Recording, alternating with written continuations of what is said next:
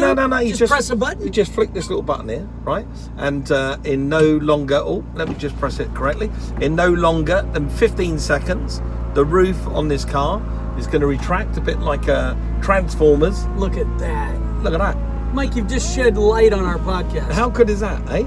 And we've also got this other little button here that we can raise and lower this screen behind us. So we've got the wind. To buffet the wind, and we keep the glass up and down. Look, 15 seconds later, me and you, we're in a convertible. Nice. Yeah, we're in a convertible. We're in a convertible. A convertible supercar. Which would be limited, unfortunately. Top speed now is only 196. Only. I'm not happy anymore. No, I'm not happy. I wanted to go that. 208. So let me tell you about the price of this car. This one is the one that we're driving today. Stock price of this car is $200,000. Okay. It's comparable, isn't it, with other. Okay, let me rephrase. We compared it to the Lusso before. Yeah. The Lusso's $150,000. Well, $100,000 more on the base price already. Yeah, it's amazing, isn't it? So this is $200,000, but the one we're driving today has got some optional extras, and they include these lurid orange seat belts to match the outside of the car. I don't know if I'd have those as an extra, personally. We've got the facility on this car to raise and lower the ride height electronically, particularly if we're going into a car park or going up a multi-story car park and you don't want to scrape the car. You can raise and lower it, and that's another extra on this car. And this one's got the luxury pack. What the luxury pack consists of, I can't really tell you. I'm sure it's the Bowers and Wilkins speakers and a bit of double stitching leather, but that adds another chunk of change to the top line. So this car that we're driving, $235,000. Still, $120,000 below the Lusso, and you have a performance exotic supercar that you can drive down through PCH and still get admiring glances. Yeah, of course you can. Yeah. Now we got the roof off as well. It's very tempting to hear what it sounds like. To see our ears wiggle? To see our ears wiggle, okay, with the roof off. Unfortunately, we've got some cars around and some traffic, and I am not one for breaking the law. I'm a very law-abiding citizen. But as I say, and I've said it before, and I'm going to say it again, all roads have speed limits, but I do believe there's nothing in the law that says how fast you can get to that speed limit.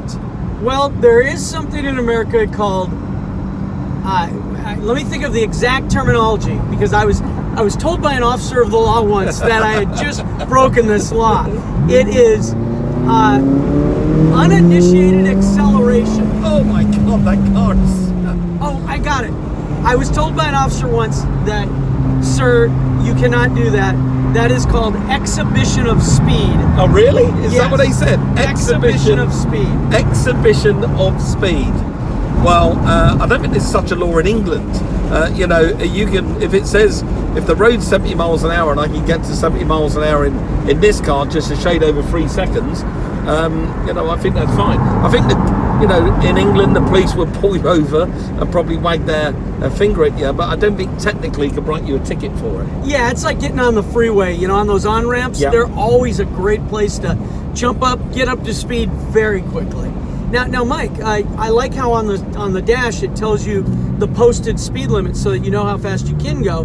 And see, it's 75 right here.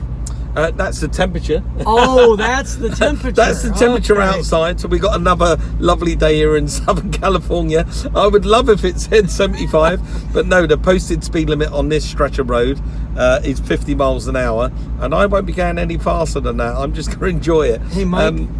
Don't look now, but right next to you is a burnt orange Hellcat. Oh no, it's a belt. Who do you think's faster? Well, actually, fastest accelerating car on the planet, isn't it? I know. Yeah. But the Demon is. The Demon is. That's just the Hellcat. It's slower. Yeah, that's the slow one. That's the poverty spec car. Unlike us sitting here in our all flash, but this car is just insane.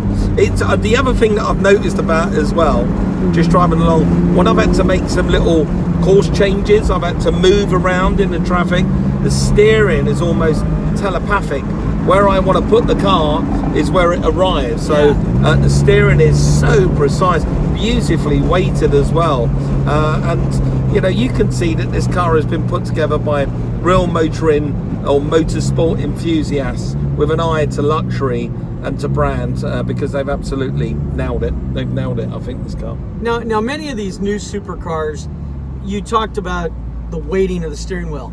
I like to refer to it as it feels dense. Because you know how some cars, they feel like if they just want to kind of... You like it? Yeah? That's a...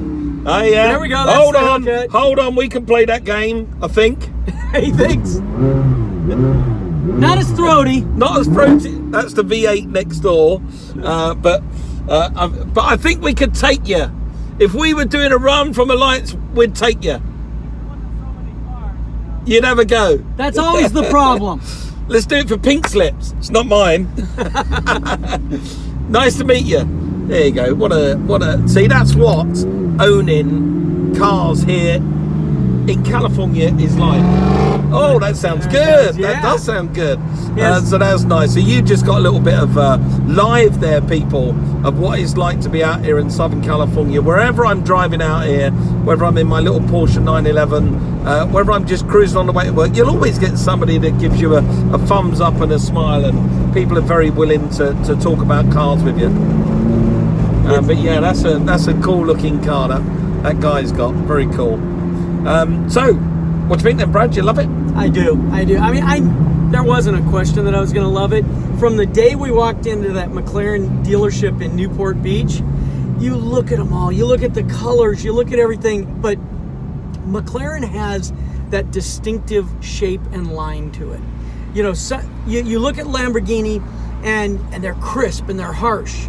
And Ferrari is refined.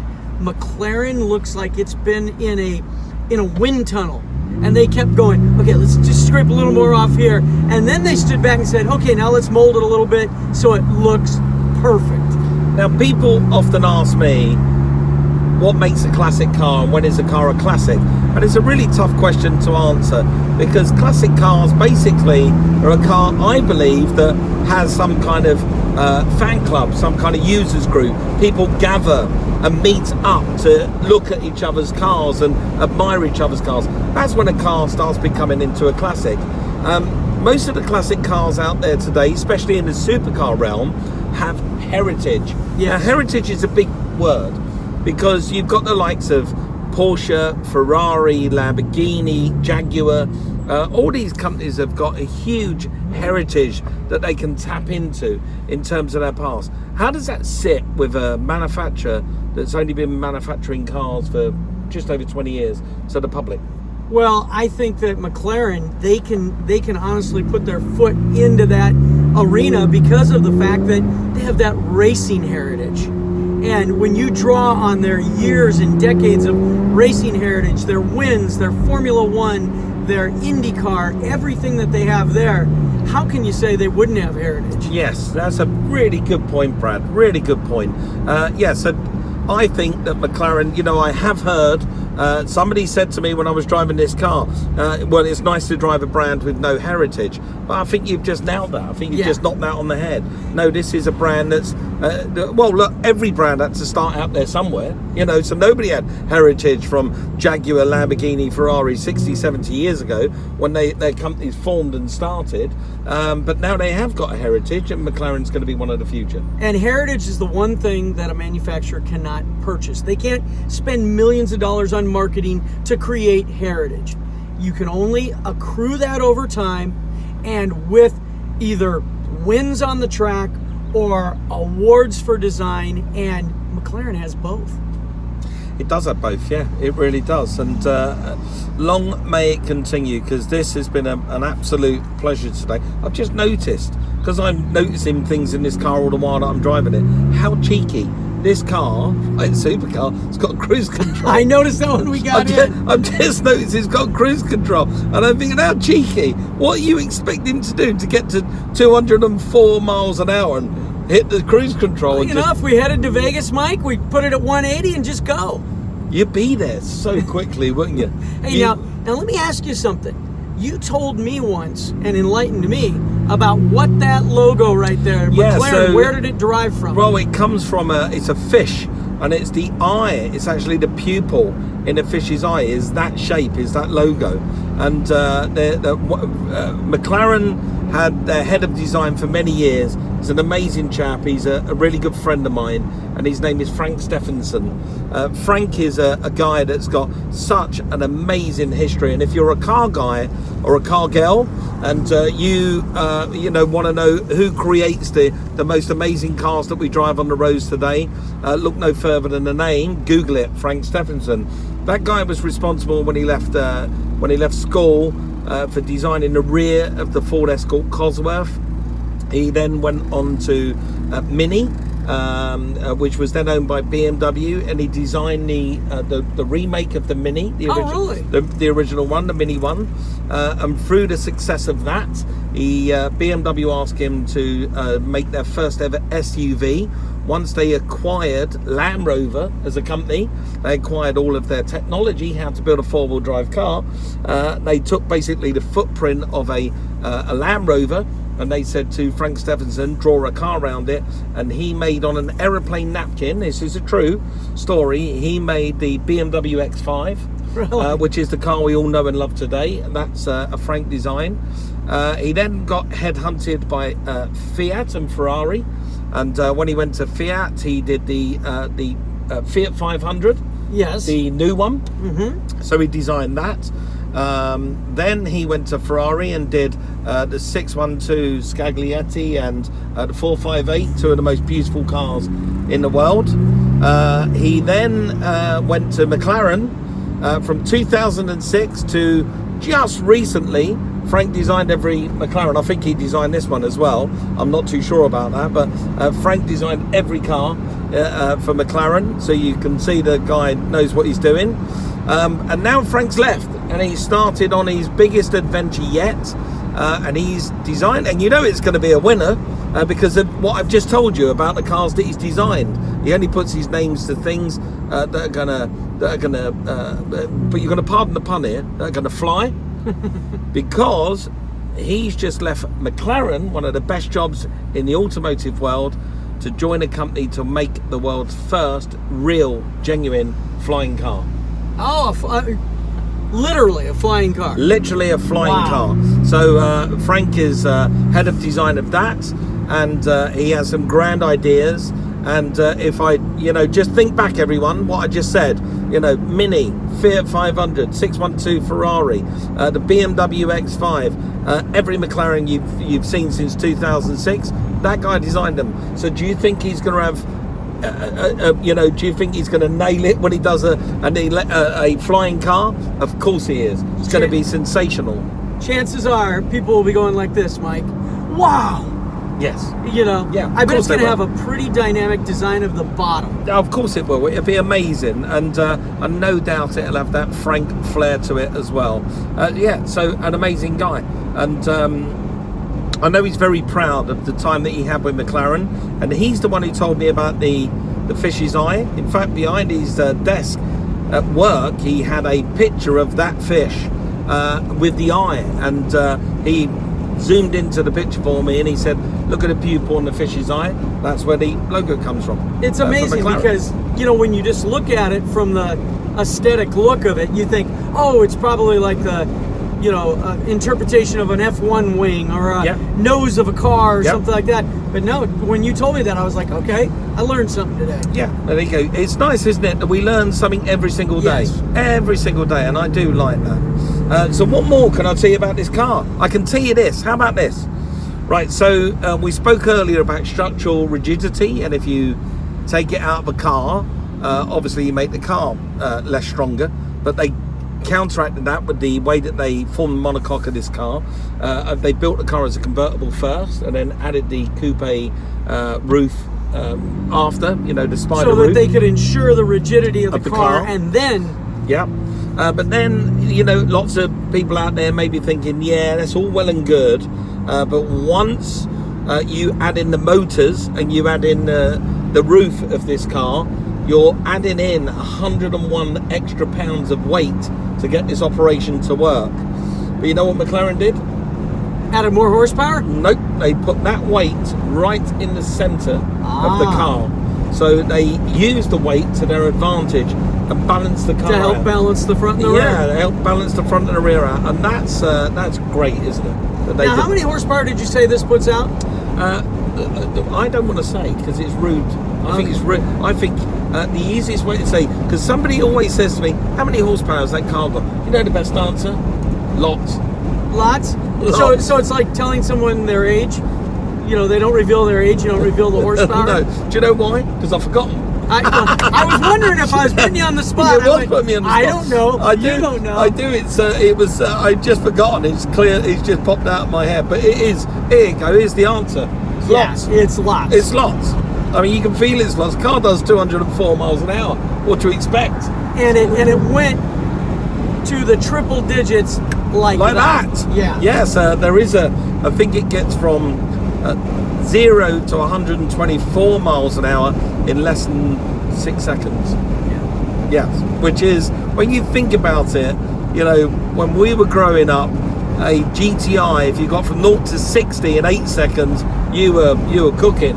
If you were lucky enough to have a Porsche 911, which is the benchmark for a 0 to 60 time, and it was around 6.5 seconds, people go, what? You get 0 to 60 in 6.5? This car will go double that speed in the same time. Isn't that amazing what they can do now? And I would like to take this moment to say that no animals were harmed during this video and no speed limits were exceeded. Not one speed limit was exceeded. The only thing that we might need is a change of pants. Yes. At some point. But I mean, look at this. We're cruising down down this classic American road, like we said before, the ocean, and now we have the sun on our heads. Brilliant, isn't it? Isn't this great? It's just phenomenal. Do you want to hear that engine again? Do you want to hear it? I want to hear it. There it is. Oh. And again, amazing. It is amazing acceleration, isn't it? And it's so smooth, and that seamless 7-speed gearbox really is. I mean, seamless. The way it got up to 55, just like that. Oh, it's incredible. Absolutely incredible. Well, listen, everyone, thank you very much. I did have a question, but you know what? I'm so unprepared because the question's on my phone, which is being used to video me. It is. At the moment. But I did have a question from somebody. I apologise for if I've forgotten your name. But somebody genuinely, and I thought that's a perfect question for this moment. Somebody said, "What's the best car I've ever driven?" Oh, that's got to be a tough one to answer. No, it's always going to be a tough one to answer because I've driven everything out there, and you know, when you've been behind the wheel of some of the world's most exotic and favourite cars, adorn posters and bedroom walls across the world, it's hard to pinpoint a favourite. I mean, clearly at the moment, this is my favourite car. This 570s is just beautiful to be behind the wheel. But I would say other times, you know, I get behind the wheel of my little Porsche 912, and I've never smiled so hard. The Jensen Healey, the Austin Healey, not Jensen Healey, the Austin Healey 3000 that I recently restored. That was an amazing car. So thank you very much for the question.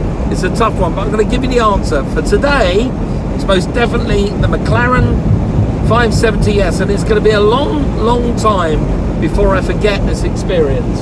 Yeah, and I think what you're saying there is that cars are one of those things that it doesn't always have to be the car you're driving. It's the experiences you get. So you could be driving a VW Beetle. Yes. And if you remember those experiences, have you ever gotten in a car, Mike, where you get a smell and you go, oh, and it takes you right back to something. Exactly that. Yeah. Usually it's the curry the night before, but we won't go there. And it does normally take me back. But you're right, Brad. This experience, being in the car with my buddy on the PCH in the supercar, well, you can't pay for that. And no, I can't pay for it because this car's way outside my pay packet. But we hope you've enjoyed what we bought you. We hope you've enjoyed this experience today. We're just giving you a little insight into the world of what it's like to drive a supercar out here in Southern California. Me and Brad, we want to thank McLaren for giving us the car, lending their support. Thank you so much. And if there's anybody else out there that's got a car that they want me and Brad to give us, our 2 penneth worth as we go up and down the freeway or on the PCH, then please do get in touch. We're really easy to find. you can email me, Mike Brewer, btw@gmail.com, and you can find me across all kinds of social media, which are, Brad? It is on Instagram. It's at Mike Brewer BTW. Also on Twitter and Facebook at the same. Makes it super easy. And you can find me at Bonspeed Brad on Instagram. Everywhere else, it's Brad Fanshaw. Fantastic. You enjoyed that? I did. I mean, Mike, I got to play hooky from work, come down here, drive down PCH, now with the top off, get a little bit of sun, get a little bit of horsepower, and get to hang out with you, buddy. It's great, isn't it? Especially a bit of lunch. Oh, yeah. I'm always up for lunch. Yeah. Lunch and a supercar. Perfect day. No, we're not having it. Let's do a drive-through. That'd be really funny. We'll put milkshakes and French fries. We'll give the car back to McLaren and make a right mess of it. We'll trash the inside. Absolutely brilliant. It'd be funny, but we'd probably never get another one. We'd never get another one. They'd never trust us again, would they? But listen, everyone, thank you for joining in. Make sure that you give us a subscribe. Make sure you give us a 5-star rating and give us a little review. Tell us what you think of this podcast. We love the positive reviews. It means that me and Brad get together every week and we keep making it for you. So please make sure you subscribe, because if you do, you can keep abreast to when there's a new podcast out there. We aim to bring you one a week. So thank you very much for joining in, everyone, and we look forward to seeing you all again next week. All right? Thanks, everybody. Ta-da!